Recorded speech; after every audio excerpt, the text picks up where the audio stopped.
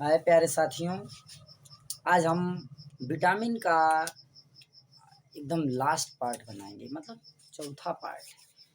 इसमें हम आपको ये बताना चाहते हैं कि देखिए, विटामिन तो जान गए, विटामिन का रासायनिक नाम जान गए, विटामिन का उपयोग जान गए, ठीक ना। क्या क्या जान गए? विटामिन का नाम, विटामिन का उपयोग और विटामिन क्या क्या खाने से मिलता है, ठीक है। अब देखो, ये जानना है कि विटामिन जो उसका फार्मूला क्या होता है, ठीक है भाई, क्योंकि फार्मूला बहुत ज़रूरी है जानना, ठीक।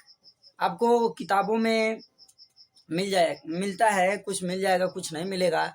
जैसे किताबों में मिल जाता है, विटामिन ए का नाम मिल जाता है रेटिनॉल, उसका सूत्र आपको मिल जाता है C20H30O मिल जाता है, ठीक है। यहाँ तक ये मिल जाता है। और आपको एस्कॉर्बिक एसिड का सूत्र मिल जाता है, ठीक है। एस्कॉर्बिक एसिड का सूत्र आपको किताब में आसानी से मिल जाता है, जिसका सूत्र क्या है? C6, ठीक है, जिसका फार्मूला है C6H8O6। यह जो फार्मूला है, यह फार्मूला, ये रेटिनॉल वाला और ये वाला, ये आपको किताबों में आसानी से मिल जाता है, ठीक है ना। लेकिन ये सभी फार्मूले आपको किताबों में आसानी से मिलने वाला नहीं है। इसलिए हम ये सभी फार्मूलों को आपके सामने पेश कर रहे हैं। आप लोग इसको देखिएगा, लाइक करिएगा, शेयर करिएगा, कमेंट में जो भी कमी होगी बताइएगा। चलिए देखिए, विटामिन को दो भाग में बांटा गया, इसके पहले वाले पार्ट में बता दिए हैं, और इसमें विटामिन के नाम बता दिए हैं, इसके स्रोत वगैरह सब इसके पहले वाले वीडियो में बता दिए हैं। आप लोग जाके देख लीजिएगा, लिंक में सब पता चल जाएगा। चलिए, विटामिन बी, इसका जो रासायनिक नाम है क्या है? थायमीन। क्या नाम है? थायमीन। और थायमीन का जो सूत्र होता है वो देखिए आप, क्या है? C12, क्या है? C12H18 होता है, N4 होगा, Cl2 होगा, और OS अर्थात C क्या? 12H18N4Cl2OS। अर्थात थायमीन में क्या क्या पाया जाता है? कार्बन पाया जाता है, हाइड्रोजन पाया जाता है, नाइट्रोजन पाया जाता है, क्लोरीन पाया जाता है, ऑक्सीजन, और क्या पाया जाता है? सल्फर भी पाया जाता है, ठीक है। ये सभी चीजें इसमें पाई जाती है, ओके। अब चलिए दूसरा फार्मूला देखते हैं, विटामिन B3। क्या? Vitamin B3।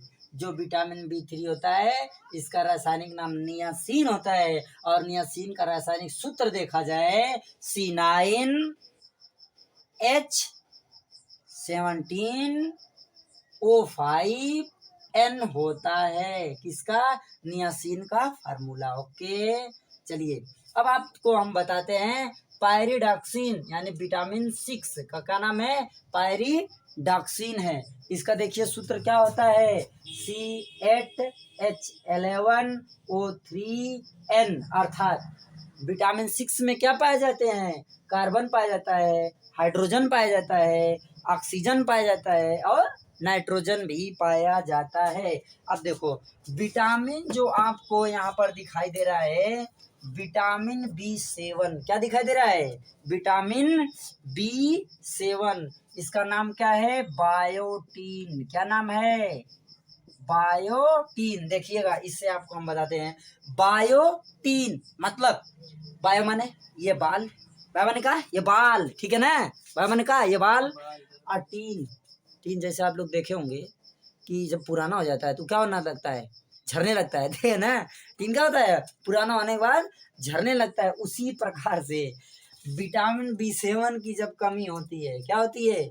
विटामिन B7 की कमी होती है, जिसको हम विटामिन H के नाम से भी जानते हैं, तो बाल झरने लगता है। अब बायोटीन का फार्मूला देखिए आप, C10H क्या? 16N2O3 और S होता है, ठीक है। इसका मतलब ये जो बायोटीन नामक पदार्थ है, यानी जो विटामिन है, जिससे हमारे बाल, इसके कमी से हमारे बाल झड़ने लगते हैं, इसे बचाने के लिए हमें बायोटीन यानी विटामिन B7 का, अर्थात विटामिन H का सेवन करना चाहिए। अब इसमें देखिए क्या क्या पाया जाता है?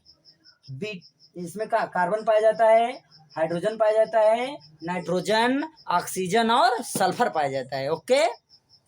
अगली जिसको कहते हैं फोलिक एसिड, क्या कहते हैं, फोलिक अम्ल, क्या, फोलिक अम्ल। ध्यान दीजिएगा, फोलिक अम्ल का सूत्र, ये फोलिक अम्ल क्या होता है आप लोगों को मालूम है, बताया था अगले वीडियो में।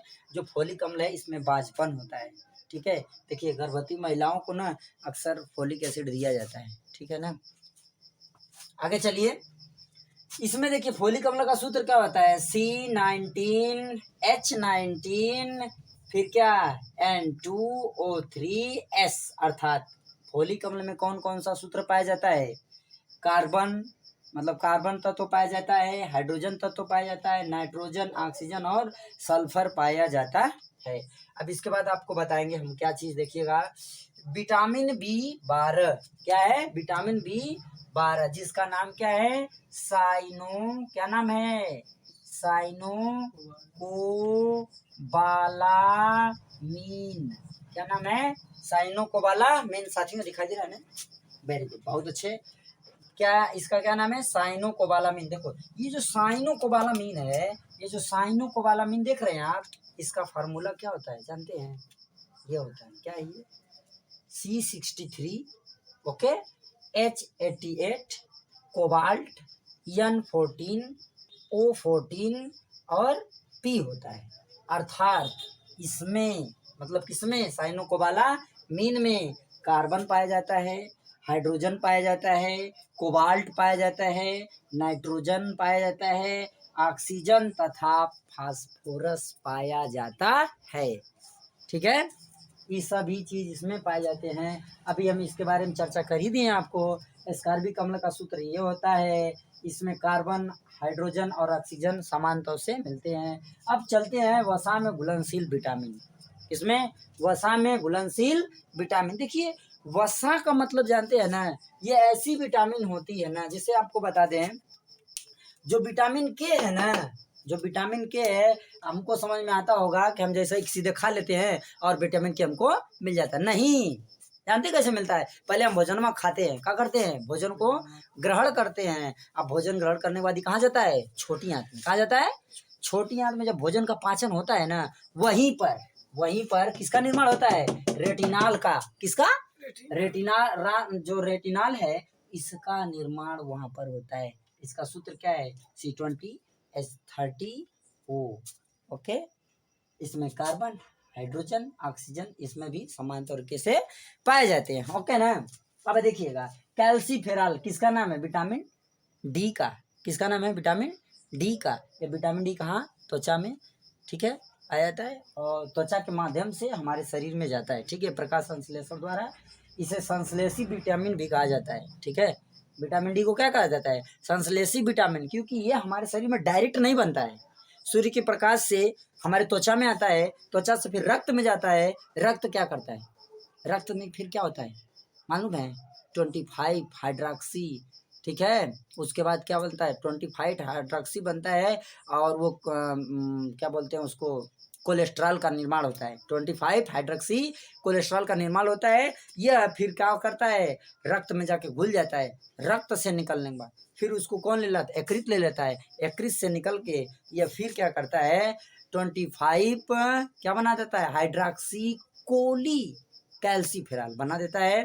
क्या बनाता है, हाइड्रोक्सी, क्या बनाता है हम बता दे रहे हैं आपको, ये बनाता है क्या, 25 हाइड्रोक्सी कोली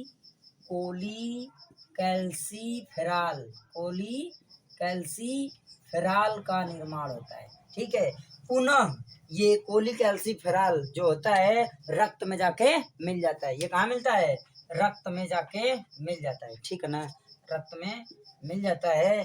पुनः इस रक्त से कौन, ब्रिक जानते हैं, ब्रिक क्या होता है, किडनी, ब्रिक क्या होता है, किडनी, ब्रिक में, ठीक है, ब्रिक में चला जाता है, यानी ब्रिक इससे ले लेता है, रक्त से इसको क्या करता है, ब्रिक ले लेता है और ब्रिक पुनः इसको क्या करता है, फिर चेंज करता है, किसमें बदल देता है, ब्रिक 1,25 क्या है, 1,25 हाइड्रोक्सी, किसमें, हाइड्रोक्सी कोली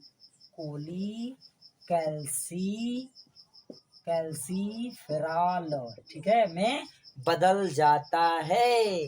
अब यह फिर पुनः जा करके हमारे रक्त में मिलता है, जिसे हम D3 के नाम से जानते हैं। ठीक है, ये कल्सीफेरॉल को संश्लेषित विटामिन भी कहा जाता है। समझ में आ गई बात ना।